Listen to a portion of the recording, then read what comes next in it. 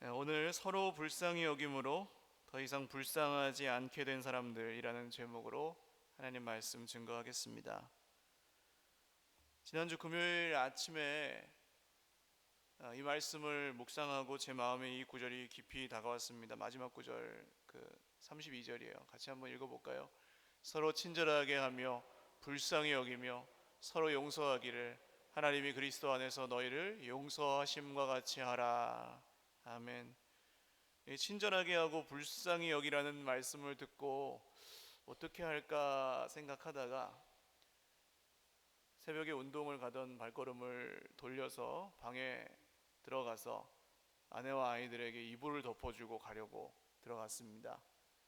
근데 이불을 제가 덮어주니까 저희 아내가 분명히 자고 있는데 빙긋이 웃더라고요. 그래가지고 안 자나? 깨어있는데 자는 척하는 건가? 그러던데 흔들어 봐도 자더라고요. 그때 제 마음이 짠한 마음이 들면서 남편이 얼마나 못해줬으면 이 이불 하나 덮어주는 걸로 그렇게 고마워서 웃을까, 무의식 중에라도 웃을까, 그런 마음이 들더라고요. 나중에 물어보니 좋은 꿈을 꿔서 웃은 것 같다고 하더라고요. 다행입니다.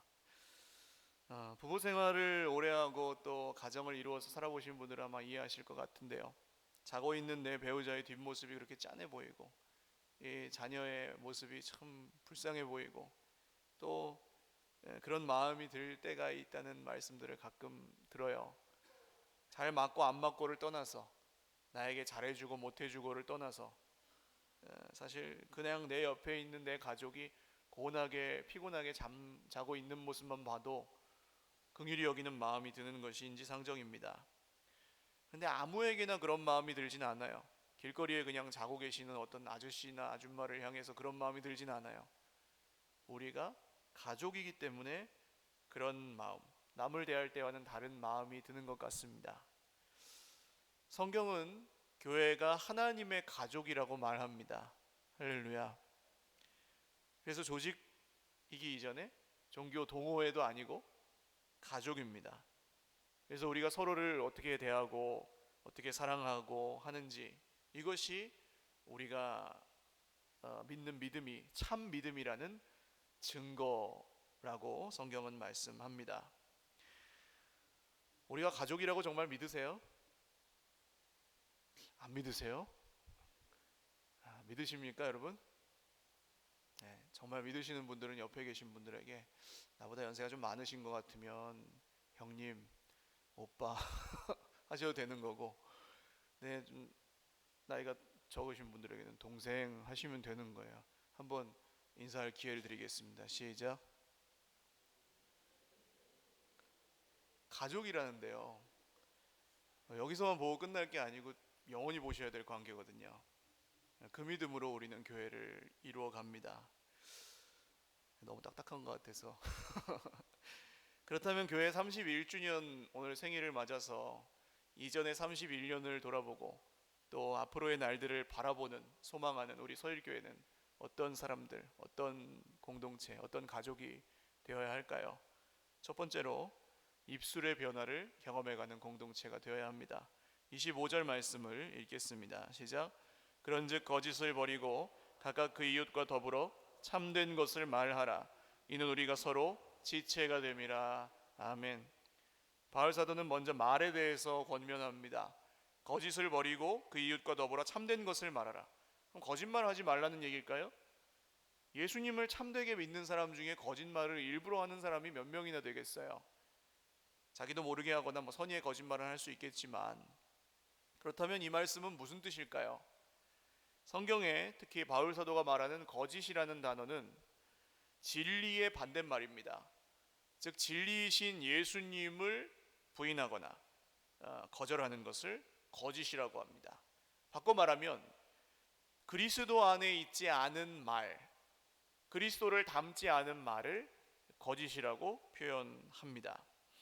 우리가 나누어야 할 대화, 정말 한 가지만 나눌 수 있다면 예수 그리스도에 대해서 나누어야 하는 줄 믿으시기를 바랍니다.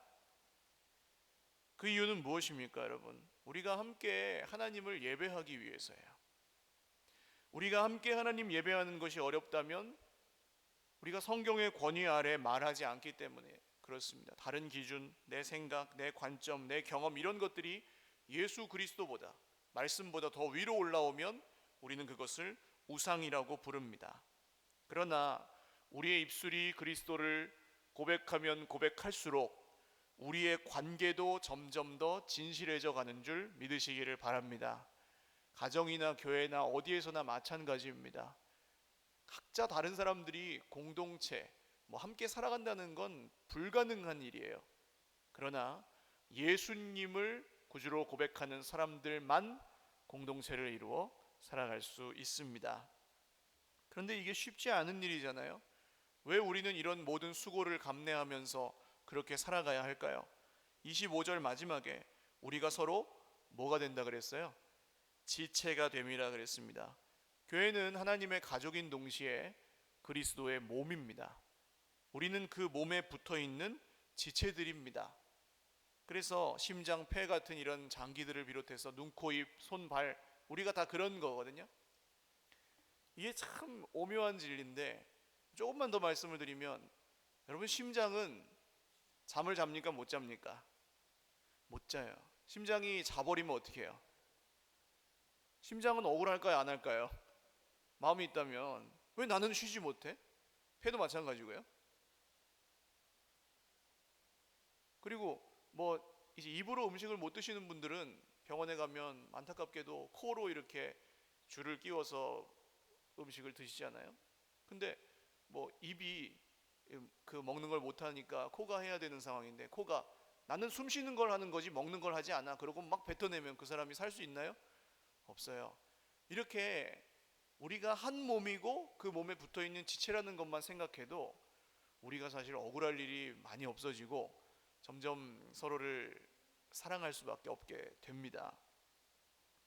그리고 교회의 머리는 예수 그리스도이십니다. 할렐루야. 우리는 모두 머리 대신 그리스도를 따라 한 몸으로 이어져 있습니다. 그런데 붙어있는 게 중요한 게 아니고 각 지체들은 머리로부터 이어지는 신경을 통해 다 연결되어 있어요. 제 손이 지금 이렇게 움직이고 있는 이유는 머리에서 명령을 그렇게 내리기 때문이죠. 신경을 통해. 이 신경이 바로 우리의 입술을 통해서 전해지고 나누어지는 예수님의 말씀입니다. 할렐루야. 그래서 우리가 예수님의 말씀을 함께 나눌 때에 교회는 더욱 한 몸이 되어 갑니다. 신경이 끊어지면 어떻게 되나요? 마비되거나 머리가 생각한 대로 움직이지 않게 됩니다. 그래서 예수님의 말씀이 교회의 어떤 신경이라고 할 수 있어요. 이 세상은 거짓의 아비 마귀가 여전히 활동하고 있습니다. 주님 오실 때까지는 계속 그럴 겁니다. 그 거짓에 미혹되지 않고 살아갈 수 있는 유일한 길은 우리가 진리의 말씀으로 함께 서로 이어져 있는 것뿐입니다. 할렐루야. 혼자서는 제가 지금까지 경험한 바로도 그렇고 성경에 나오는 바로도 그렇고 안 됩니다. 아무리 의지가 강한 사람도 혼자서는 이 성경의 비밀스러운 진리들을 다 누릴 수 없고 거짓에 미혹되지 않기가 어렵습니다. 그래서 우리에게 선물로 교회를 주셨어요. 29절 말씀 읽겠습니다. 시작.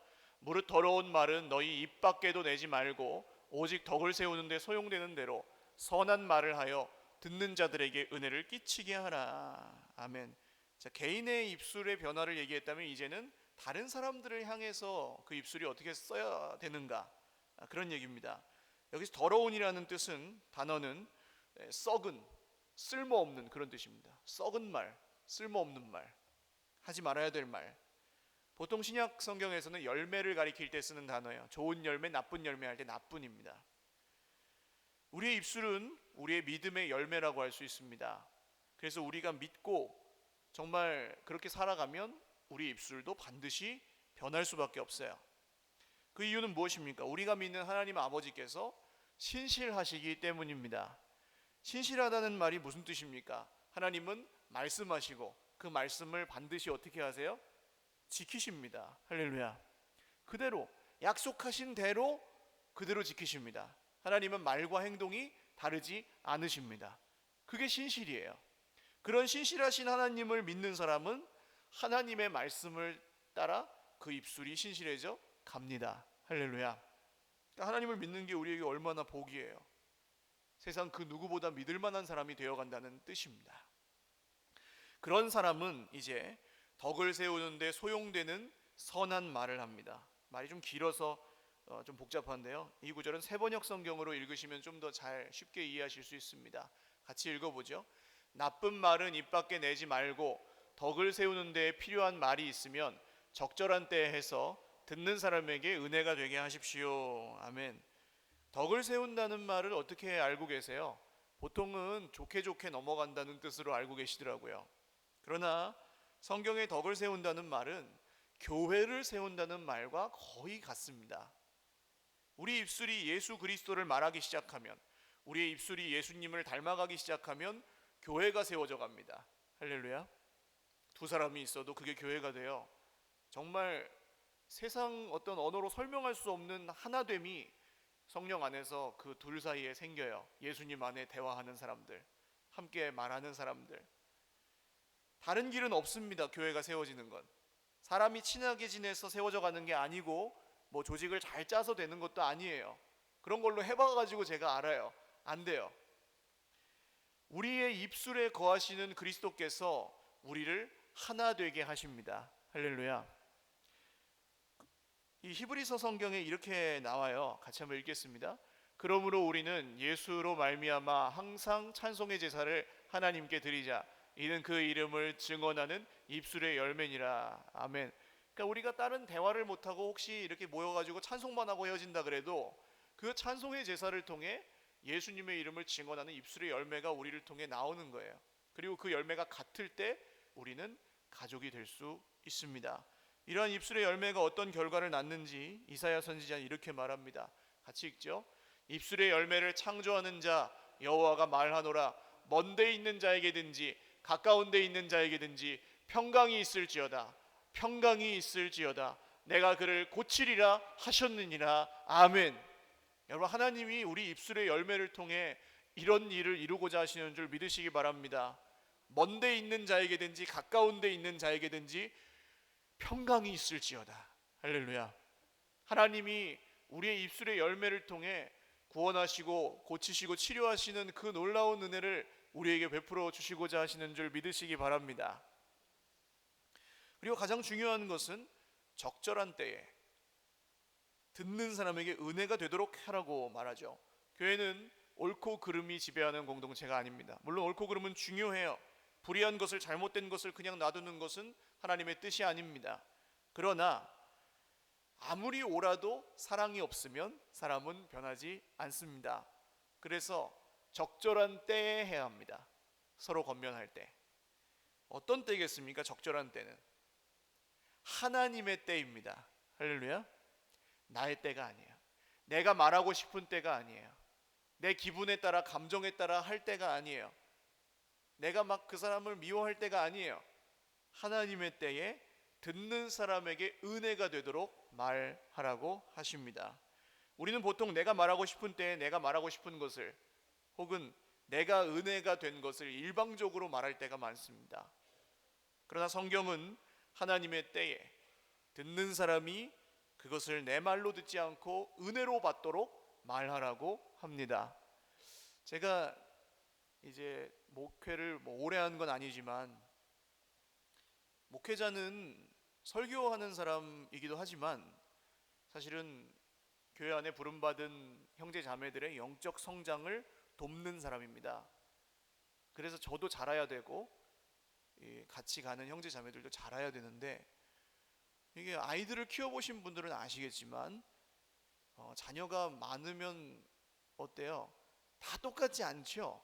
한 몸에서 나왔어도 자녀들이 다 달라요.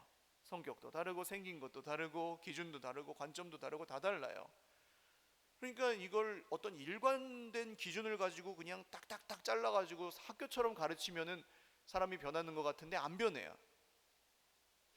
그래서 이렇게 제가 계속 경험하다 보니까 우리 그리스도인들은 많은 경우에 정답병에 걸려 있어요. 정답병. 그러니까 누가 뭔가 나 힘들어 그러면 그 마음을 그냥 알아줘야 되는데, 기도를 안 해서 그래, 믿음이 부족해서 그래, 뭐 이렇게 그냥 확 나올 때가 있어요. 정답이죠. 그러나 그 정답을 통해서 그 사람이 아무 위로도 받지 못하고 아무 은혜도 느끼지 못할 것입니다. 그러니까 우리가 줘야 될 건 정답보다 그 위에 있는 예수님의 사랑이에요. 할렐루야. 사랑으로만 변하는 것 같습니다. 우리의 입술이 끝날까지 이런 열매를 맺게 하시기를 주님의 이름으로 축원합니다. 두 번째로는 마음의 변화를 경험해가는 공동체입니다. 26절 말씀 함께 읽겠습니다. 분을 내어도 죄를 짓지 말며 해가 지도록 분을 품지 말고. 아멘. 성경은 우리의 감정 자체를 죄라고 하지 않습니다. 슬퍼해도 되고 때로 화가 나면 화를 낼 수도 있어요. 예수님을 믿는다는 게 감정 없는 로봇이 된다는 뜻이 아니기 때문입니다. 근데 문제는 이 분을 내면서 그 감정을 통해 죄를 짓는 게 문제입니다. 어떤 죄입니까? 내 감정 속에 갇혀버리는 겁니다. 내 상처 속에 내가 갇혀버리는 거예요. 우리가 분노가 한번 우리에게 생기면 그 분노가 우리를 다스리는 경험을 해보셨습니까? 그때부터는 뭐 기준이고 뭐고 없어요. 그냥 내 맘에 안 들면 땡이에요. 화가 나를 지배하니까. 그게 죄입니다. 하나님을 내 인생의 주인 자리에서 끌어내리고 내가 다시 그 자리를 차지해 버렸기 때문에 그게 죄가 되는 거예요. 다시요. 감정이 일어나는 건 괜찮아요. 그러나 그것이 나를 다스릴 때 죄가 돼요. 분노에 사로잡힌 사람은 그 상태가 오래 계속되면 하나님을 예배할 수 없습니다. 예배가 안 드려져요. 보통은 어떤 사람이나 문제 때문에라고 생각하는데요, 시간이 지나도 풀리지 않습니다. 심지어는 그 문제가 풀리고 그 사람과 현재 불편한 게 없어도 예배는 여전히 안 돼요. 결국 이게 무슨 문제라는 겁니까? 믿음의 문제거든요. 속은 겁니다. 우리가 감정, 즉 느낌의 우상에 빠져버린 결과입니다. 이 문제는 이렇게 잠깐 다루기에는 너무나 미묘하고 또 어려운, 쉽게 다룰 수 없는 문제예요. 분별하기도 쉽지 않습니다. 그래서 오늘 한 가지 바울 사도가 제시하는 기준만 다루고 넘어가면요, 한 가지 기준, 해가 지도록 분을 품지 말고 24시간입니다. 최대한. 보통은 여러분 화가 나도 자고 나면 풀려요, 안 풀려요? 웬만한 일은 기억이 안 나서 그냥 풀려요. 어제 일이면. 하나님은 잠을 통해서 우리에게 망각이라는 은혜를 주십니다. 잊어버리지 않으면 우리는 못 살아요. 근데 잠을 이루지 못할 만큼 분노하거나 힘들 때, 그리고 그 상태와 불편한 관계가 계속될 때 사람은 그 감정을 품어버립니다. 이때 차이가 생겨요. 분을 내는 것과 분을 품는 것은 단어 자체도 그렇지만 전혀 다른 이야기입니다. 그래서 바울의 기준은 24시간이에요. 최대한 24시간 넘기지 마라. 그래서 우리는 보통 적어도 하루에 한 번 이상 주님 말씀 묵상하죠. 그때 푸는 거예요. 품지 않고. 어떻게 그게 가능합니까? 말씀을 여기다가 갖다 놓으면 그걸 품을 자리가 없어요. 할렐루야. 말씀을 여기에 채워야, 진리를 여기에 채워야 거짓이 들어올 자리가 없어요. 그래서 우리가 하나님의 말씀을 적어도 하루에 한 번 이상 묵상합니다. 어떤 사람이 진지하게 말씀을 묵상하고 하나님을 경외하여 스스로에게 적용한다면 그 사람은 대부분의 감정 문제를 말씀과 성령 안에서 풀리게 되어 있습니다. 물론 시간은 걸릴 수 있지만, 그래서 포기하지 않고 우리가 계속 해야 되죠. 우리가 교회를 통해서 경험해야 될 마음의 변화라는 것은 이런 겁니다. 사실 눈에 보이지도 않고 티도 안 나요. 잘. 세상 사람들은 신경도 쓰지 않는, 눈에 보이지 않는 변화입니다. 세상 사람들은 미우면 미워하고 욕할 만하면 욕하라 그러죠. 그리고 어떻게 됩니까? 결국 똑같은 걸 자기도 당하면서 상처를 받아요. 그래서 계속 때리고 맞고 때리고 맞고, 때로는 때린 사람은 없다는데 맞은 사람은 많고, 그게 세상이에요. 그래서 예수님은 교회 안에 들어온 우리의 마음을 바꾸셔서 세상을 바꾸시기를 원하십니다. 할렐루야.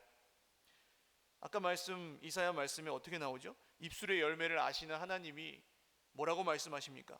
평강이 있을지어다, 너희에게 평화가 있을지어다. 할렐루야.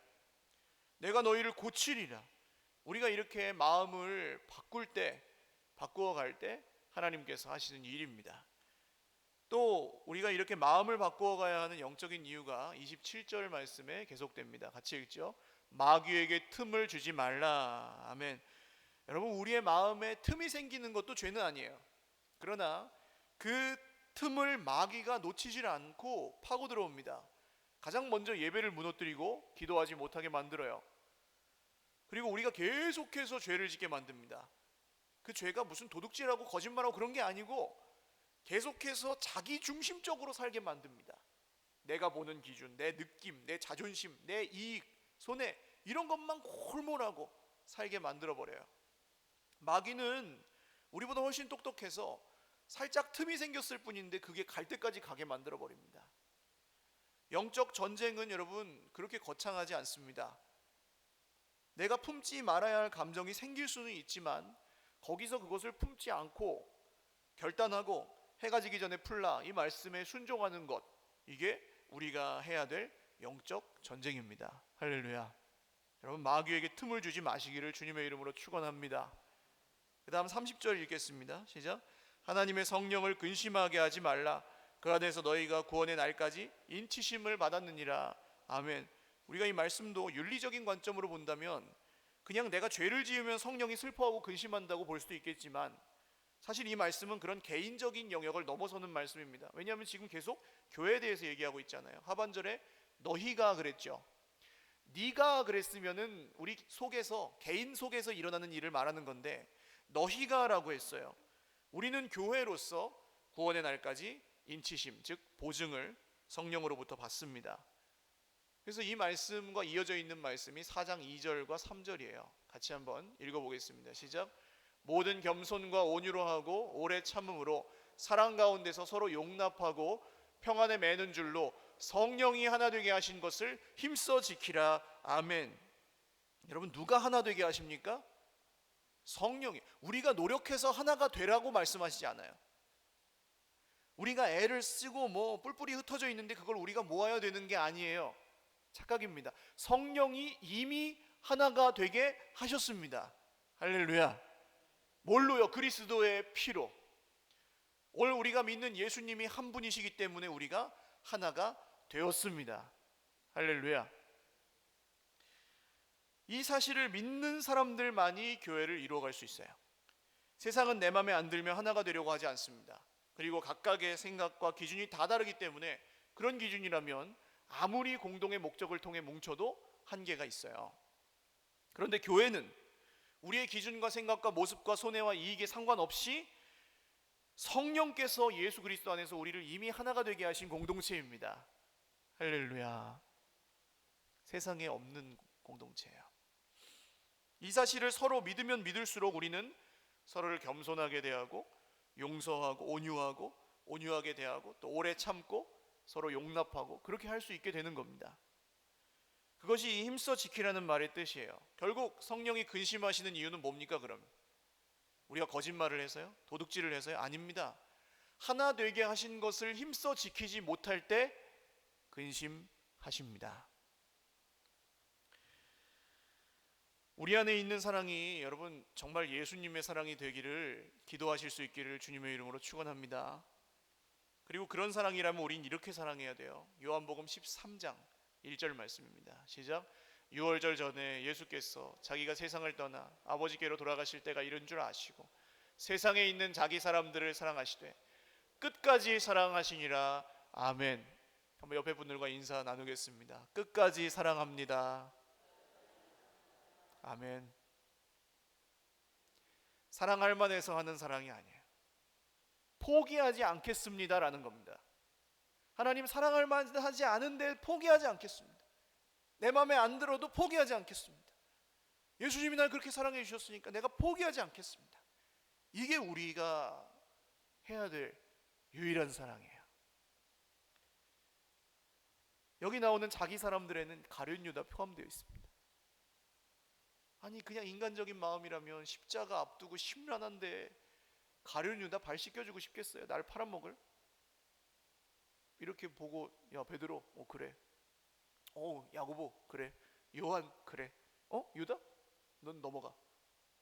사람이라면 그렇게 하지 않겠습니까? 근데 가룟 유다의 발도 씻겨주신다니까요. 이런 사랑이 우리가 해야 될 예수님의 사랑입니다. 그래서 그 사랑은 이렇게 연결돼요. 31절입니다. 시작. 너희는 모든 악독과 노함과 분냄과 떠드는 것과 비방하는 것을 모든 악의와 함께 버리고. 아멘. 이제 다른 사람들을 향한 악독과 노함과 분냄과 떠드는 것과 비방, 이건 자기 혼자 하는 게 아니죠. 다른 사람을 향해 하는 거예요. 그게 줄어듭니다. 왜 그렇습니까? 마음이 변했기 때문이에요. 악의와 함께 버리고, 마음이 변해서 다른 사람들을 향한 태도도 변합니다. 그래서 예수를 진지하게 믿는 사람은 반드시 그 사람이 가는 곳에 평화가, 할렐루야, 임합니다. 그런 은혜가 저와 여러분에게, 우리 교회 안에 가정과 모든 여러분이 만나는 관계 속에서 일어나시기를 바랍니다. 마지막 세 번째로는 삶의 변화를 경험해가는 공동체가 되어야 합니다. 28절 읽겠습니다. 시작. 도둑질하는 자는 다시 도둑질하지 말고 돌이켜 가난한 자에게 구제할 수 있도록 자기 손으로 수고하여 선한 일을 하라. 아멘. 이것도 윤리적으로 읽으면 안 돼요. 도둑질하는 사람이 우리 중에 몇 명이나 되겠어요? 근데 바울은 뭘 말합니까? 도둑질은 누구를 위해서 합니까? 자기를 위해서. 뭐 기껏해야 자기 가족을 위해서 하겠죠. 하나님을 위해 도둑질하는 사람은 없을 겁니다. 근데 예수 그리스도를 믿게 된 사람은 이제 누구를 위해서 합니까? 하나님을 위해, 하나님의 영광을 위해 살잖아요. 그래서 도둑질을 안 하게 되는 거고 자기 손으로 수고하여 선한 일을 하게 되는 겁니다. 근데 거기서 멈추지 않아요. 개인의 어떤 윤리적 행동이 변하는 거에서 멈추지 않고 어디까지 갑니까? 돌이켜 가난한 자에게 구제할 수 있도록, 여기까지 가라는 겁니다. 그리스도 안에서 우리가 우리 죄의 뿌리인 이 자기 중심성을 포기하고 버리기 시작할 때 자연스럽게 내 자신에게만 골몰하던 내 눈이 다른 사람들을 향해 열리게 됩니다. 이전에는 보이지 않던 옆에 있는 사람의 아픔이 보이기 시작해요. 예수 믿으면 사람이 그렇게 변합니다. 그래서 이전에 보던 눈과는 다른 눈으로 봐요. 나눠주기 위해 일을 하게 됩니다. 여러분, 공부해서 누구 주냐 그래요? 보통 공부해서 남 주냐? 야, 공부는 네 거니까 네가 열심히 해라, 그런 말이잖아요. 세상은 그래요. 근데 그리스도인들은 남 주기 위해 공부합니다. 할렐루야.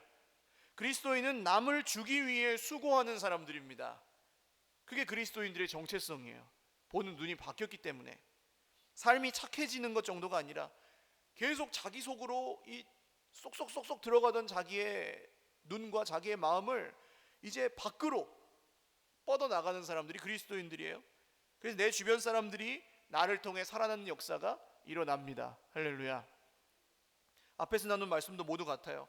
입술이 내가 변해서 훌륭한 사람이 되라는 게 아닙니다. 내 입술이 변해서 누구에게 은혜가 되어야 돼요? 듣는 사람에게 은혜가 되도록. 할렐루야. 그리고 마음이 변해서 내가 성자가 되라는 게 아니에요.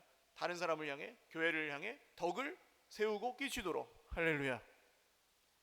32절 읽죠. 시작. 서로 친절하게 하며 불쌍히 여기며 서로 용서하기를 하나님이 그리스도 안에서 너희를 용서하심과 같이 하라. 아멘. 그래서 우리는 그렇게 하는 겁니다. 친절하게 하고 불쌍히 여기고 서로 용서하기를. 여기 용납이라고 읽으면 더 좋겠죠. 왜냐하면 하나님이 그리스도 안에서 우리를 용서하신 것은 우리가 용서받을 만해서 용서하신 게 아니고, 용서를 빌었기 때문에 용서를 하신 것도 아니고, 우리가 아직 죄인 되었을 때에 긍휼이 풍성하신 그 크신 사랑을 인하여 우리를 그 모습 그대로 받아주신 사랑이기 때문에 그렇습니다. 사랑하는 여러분, 이제 말씀 맺으려고 하는데요, 우리가 서로를 불쌍히 여길 때 우리 중에 불쌍한 사람이 없게 되는 줄 믿으시기 바랍니다. 교회 안에 옳고 그름은 많으나 불쌍히 여기는 마음이 없으면 그리스도의 몸은 세워지지 않습니다. 불쌍히 여기는 마음은 어떤 마음입니까? 이런 연민 아니에요. 서로를 긍휼히 여기는 마음. 예수님이 우리를 사랑하신 것처럼 우리도 예수님의 눈으로 보는, 100마디 말보다 하나 보시는 게 좋을 것 같아서 특별한 영상을 교회 생일 맞아서 좀 준비했는데요.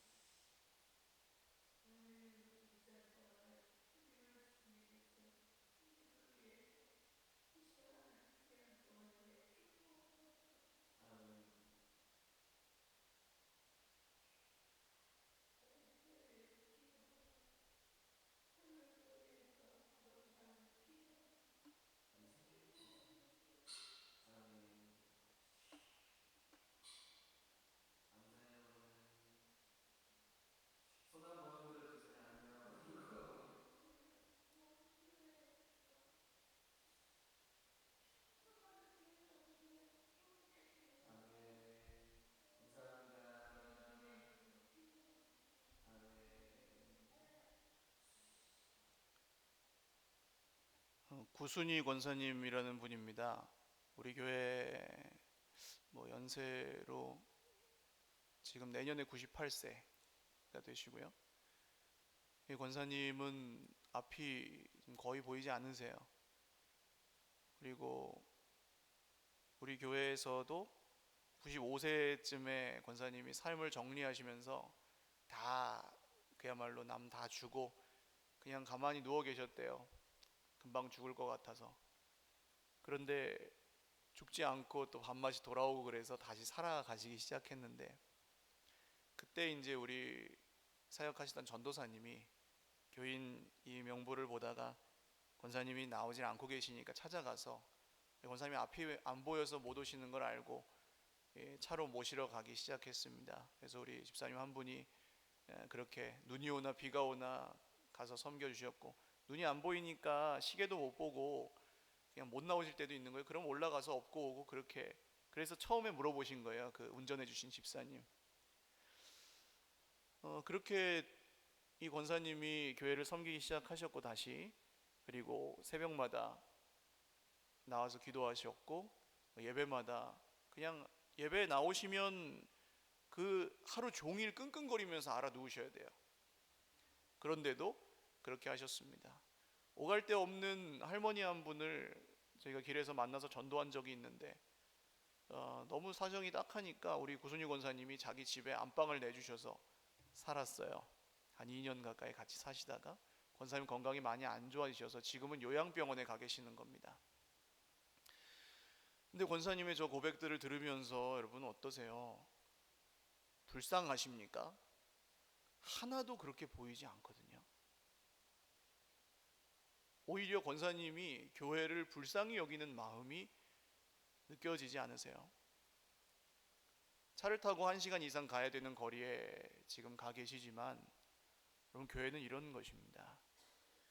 가족이기 때문에 우리는 헤어질 수 없고, 혹시 죽음이 우리를 갈라놓는다 해도 영원하지 않습니다. 이런 가족, 이런 은혜가 우리 서울교회에 늘 영원히 있으시기를 주님의 이름으로 축원합니다.